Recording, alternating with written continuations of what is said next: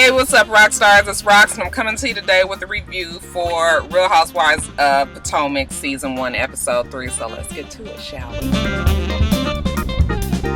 The situation with Robin and her husband is, I think that it's convenient now for them to be together because they don't have any money. Okay, he can't take care of her separate from him because he wants to be around for his kids, and she can't take care of herself without him. So they've decided to blend their household so that, you know, everybody can be there for the kids and it can work out and they can only have one set of bills and all of that. I mean, you can tell that at one time they probably was in love, but shit has happened. He's cheated. He's done whatever he's done as a basketball player. He's not playing basketball anymore. He is now coaching. I think they said he was an assistant at Virginia. What was the school?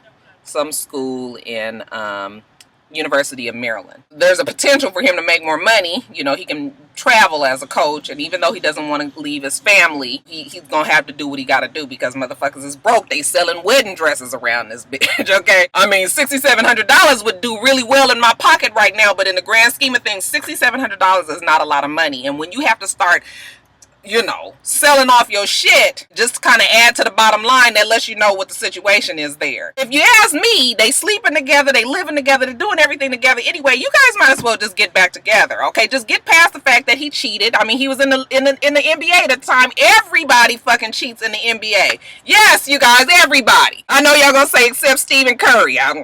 Okay. Let me not say that. He might not be cheating. I'm telling you, you guys get so fucking in your feelings. Anyway, he seems to have paid the price for doing that. Now he's there. He's trying to take care. They seem to have a good enough relationship. Girl, go on and get back with the nigga. I mean, what else is you doing now anyway? You ain't gonna be able to meet nobody sleeping up in the same bed or living in the same house as your ex-husband anyway, so child. Katie and Andrew. Katie is going to allow them to show her in this desperate light for the entire season, and I'm not going to be here for it, you guys. She's with Andrew. This is her Jew boy that she called him. She is determined to get married to him because I'm assuming that he carries a lot of status and class with himself, and she's just putting the pressure on him the entire episode. Very, very tiring. I can already tell you guys that this shit is not going to work out. He is not going to marry her because first of all, the package is not all that desirable. She's a single black woman with 3 kids. I'm just keeping it real for you guys. I'm sure she comes from this money. She comes from status. She comes from class. She comes from legacy. She comes from philanthropy. All of that. But the bottom line is you got a lot going on and you asking this man to just, you know, take it all in, which, I mean, I'm sure he's aware of the situation, but the pressure is just, it gets to be entirely too much. She's going to be in this Washington, D.C.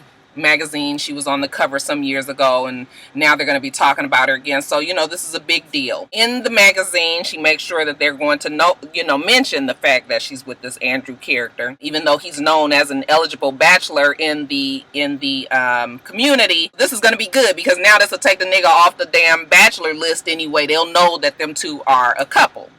Now, Ashley just tells us straight out that, you know, she wants to climb the social ladder and that she wants status in this community. That's why she's married to her 55-year-old, who actually looks a lot older, white husband. Okay, he can get her where she needs to go. I mean, I guess you can't be mad at somebody who admits that this is what their plan is. Okay, some of us need to have a fucking plan. Some of us just marry any old motherfucker out there, ain't got shit going on, and then you be struggling more with them than you would have been without them. Okay, so, you know, I can't be mad that that's what Ashley has decided to do with her life. Do what you gotta do. She meets out with Katie and Andrew. You can tell that Katie wants to be where Ashley is with her husband. Now, her husband he's a cool dude, you know, he's got his money and all. He got his black girl who ain't had shit. As a matter of fact, the girl was a bartender when they met. I said, bitch, fuck all these TV shows. You need to be holding a seminar on how to do this, okay? There's many motherfuckers out here that is going about this the entire wrong way. You's a bartender and you done got this man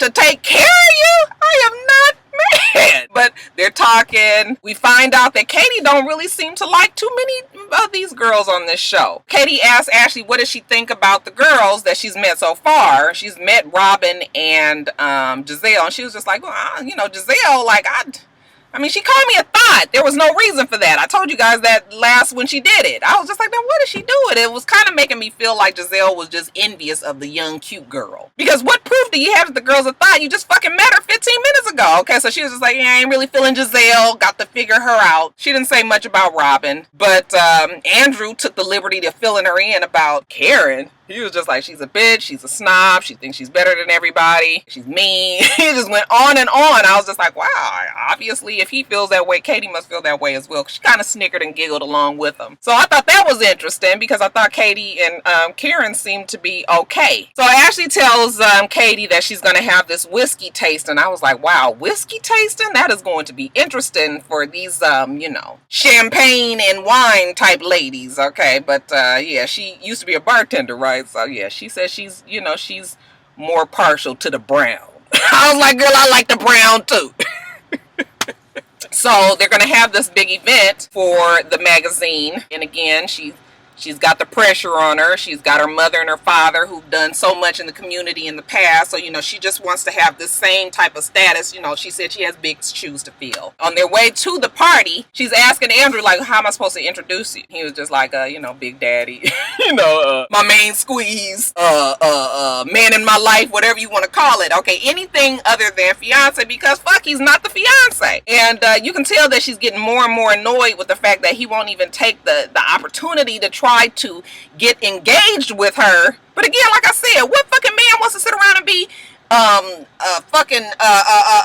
rolled all the time about, you know, me marrying you, or at least us getting engaged. Andrew is like a typical other man. Once you start getting them pressed up against the wall, they ain't gonna do shit they want you to do. Ladies, I want you to understand that about men. You need to learn how to play this a little bit differently. So she gets inside this social mixer and, you know, she's talking about, you know, trying to raise the money and, you know, got all this that she's got to do, yada, yada, yada. But the main focal point of this little situation here is when she's standing off to the side with her friends and her boyfriend. They ask her, like, what's going on? Are you guys engaged? And she was just like, I don't know. What are we, Andrew? And he was just like, no, we're just... I was just like, girl, this ain't the way that there had been a black man that you did that to. It would have been a whole different reaction. Okay, but Andrew, because, you know, he's trying to keep the whole, you know, the whole facade going. He don't want to cause no scene and embarrass himself or her. It's just like, yeah, no, we're not engaged right now. Okay, she makes a point to look at the woman's ring and say how beautiful it is. So now you know what I want. He was just like, yeah, yeah, yeah. And when they get back home, she's pissed. What are we doing? We're together. You know, I've got all this going on. I am a catch. You need to keep me. You need to get tied down with me. He was just like, look, if you wouldn't be all over me all the fucking time, we'd have been engaged a long time ago. That's all you talk about. So that, what did I just tell you, ladies? The minute you want them to do shit and you just keep on writing them, they ain't gonna do it. Okay, so Andrew was just like, no. So she's mad. And like I said, I don't see it happening. She's a lot. She's doing too much. She don't know how to relax. I mean, I get it. She's getting older. She got all these kids. She had the nerve to say that she wanted some more kids. Okay, I was like, you must be trying to run this nigga off. You already got 3. How many fucking kids you want? Yeah, no.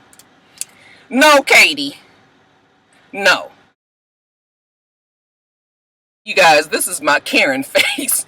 It's always just downturned like this. Somebody told me she was 52 years old. I was like, she looks older than that. It might be because she's with this old-ass grandpa husband. Now, I'm sure the man is nice enough, but I'm telling you, if he don't look like her damn daddy, they got these 2 kids. One of them has already gone away to college, and then they got this 17-year-old. Okay, the 17-year-old is going to the prom, so, you know, they're trying to get ready. You know, oh, my baby, she's growing up, blah, blah, blah. And the daughter looks sweet enough. She's excited. She's got some white kid that she's going to the prom with, which is okay. They say out in Potomac, you know, interracial dating is normal. And if I didn't know better, I kind of feel like Karen was saying without saying that she kind of wants her daughter to be with somebody white. But, you know, I can't be sure. She didn't say that. But it was something about the situation that was, you know, making me feel it. But anyway, you guys, it's just a regular old scene. You know, the girl is going to the prom. You know, we got Uncle Jessup Daddy taking the pictures. Hold still for Daddy.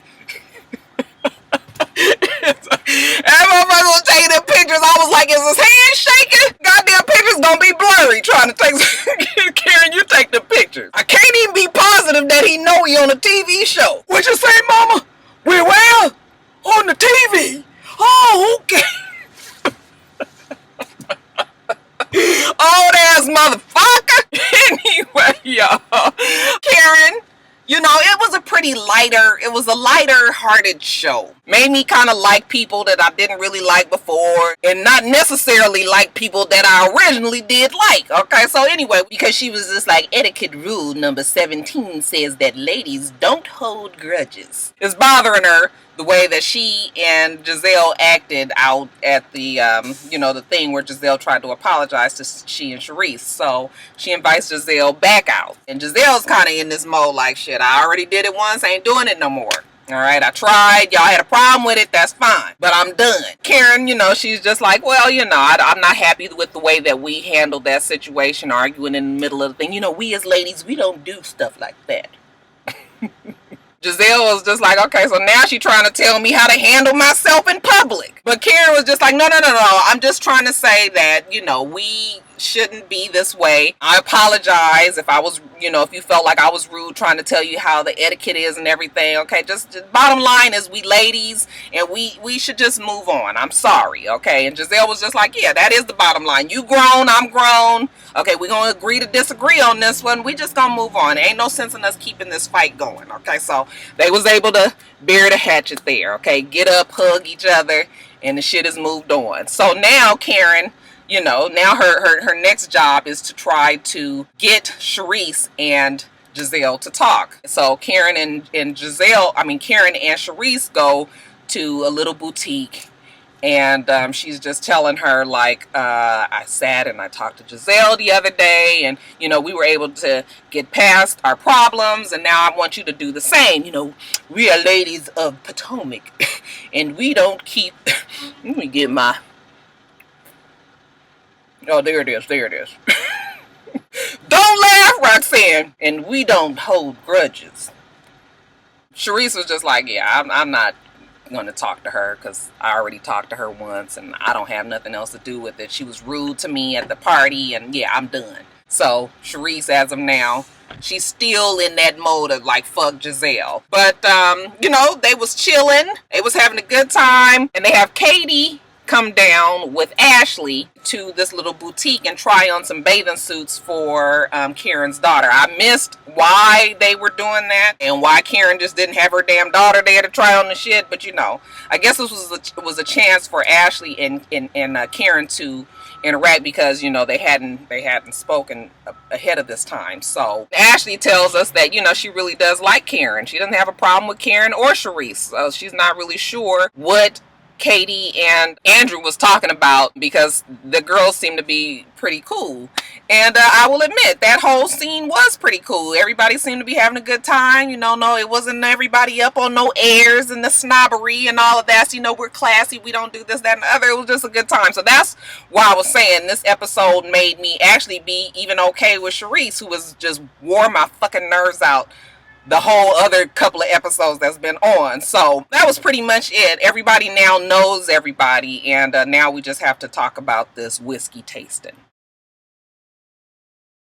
Karen gets there, she's just like, I had no idea they was going to have on flip-flops and shorts. Robin gets there. She's a little bit less dressed as a resident. Robin ain't got no fucking money, okay? So she looking like she fit in with everybody else. Charisse gets there. She seems pretty appropriate for where they are. Giselle gets there. She's just like, I have to go down there. I'm all desired down and I'm in the basement. They all sitting there. Ashley is in full bartender mode. Okay, she's telling them about the different whiskeys, pouring little shot glasses for them. Okay, but you already can see how this situation is gonna go. You're doing all these shots, even if you don't like it, you keep on doing little shots, little sips of alcohol. Eventually you're gonna be drunk. And trust me, I'm a brown girl and I know how that shit work. We kind of get to talking about who like who. Ashley confronts Giselle about calling her a thought. Giselle was just like, yeah, I called you a thought because you had thought like behavior. And she was just like, you just met me, okay? And she was just like, yeah, but you was humping Robin's leg. And she was just like, but that doesn't make me a thought. You don't know anything about me, She's like, yeah, well, that's how thoughts act. I was just like, bitch, you don't know shit about thoughts. If you think that somebody just innocently humping somebody's leg because they drunk at a little bar makes them a thought. Okay, maybe that's why shit didn't work out with you and Jamal. You wasn't able to point out where the thoughts really was. But it was starting to get heated. We also had Charisse and Giselle get into a confrontation about, you know, why Giselle didn't apologize or why Charisse didn't accept her apology. Charisse was just like, I don't have anything else to say about it. You was rude to me in my house. But I'm grown and I've moved on and I don't even care about it no more. But as she's sitting there, she's getting madder and madder. And if she's getting madder and madder, it's because she's been drinking. You know what alcohol do to you, bitch? That is some liquid courage for that ass. Robin is encouraging everybody to drop it. Let's move along. Ashley is able to finally get an apology out of Giselle for calling her a thought. Okay, and they decide that they're going to try to start over. Okay, and Ashley, who's 26 years old, is able to move on. Charisse thinks to herself, like, you know what? It's a shame that somebody that's young enough to be my daughter is able to move on and I'm not able to do the same. So she gets up and surprisingly walks around the table and gives Giselle a hug. I'm sorry. You know, we good girlfriends. We done been through too much for us to be worried about this kind of shit. Gives her a hug and walks around back and said, I was just like, see, I ain't gonna be able to get it. I was not prepared for her to act like that because she been such a fucking bitch all this time. All of a sudden she's trying to be nice. So you guys, we're gonna see what happens with Charisse. Something tells me Charisse is gonna go through some changes on this show. Okay, we're gonna get to the bottom of it. I don't know if it has to do with her husband, her family situation, her and him being separated, you know, even though they're trying to act like they still together. I don't really know. But I'm gonna try to give Charisse some room for change. And I'm not gonna just say I cannot stand her. Even though I will say that the last couple of episodes I didn't. But yeah, that made me see her a little differently. So that's it, y'all. Y'all know what I'm saying about Charisse, though. Alright, you guys, so that's it. Make sure that you rate, comment, and subscribe to the channel. itsrox. The channel is for itsrox, and everything else I do will be in the bottom bar. Alright. So I hope that you have a wonderful, wonderful rest of your day. Make sure it's the right foot. And I plan on doing the same. Until next time, Roxstars. Bye.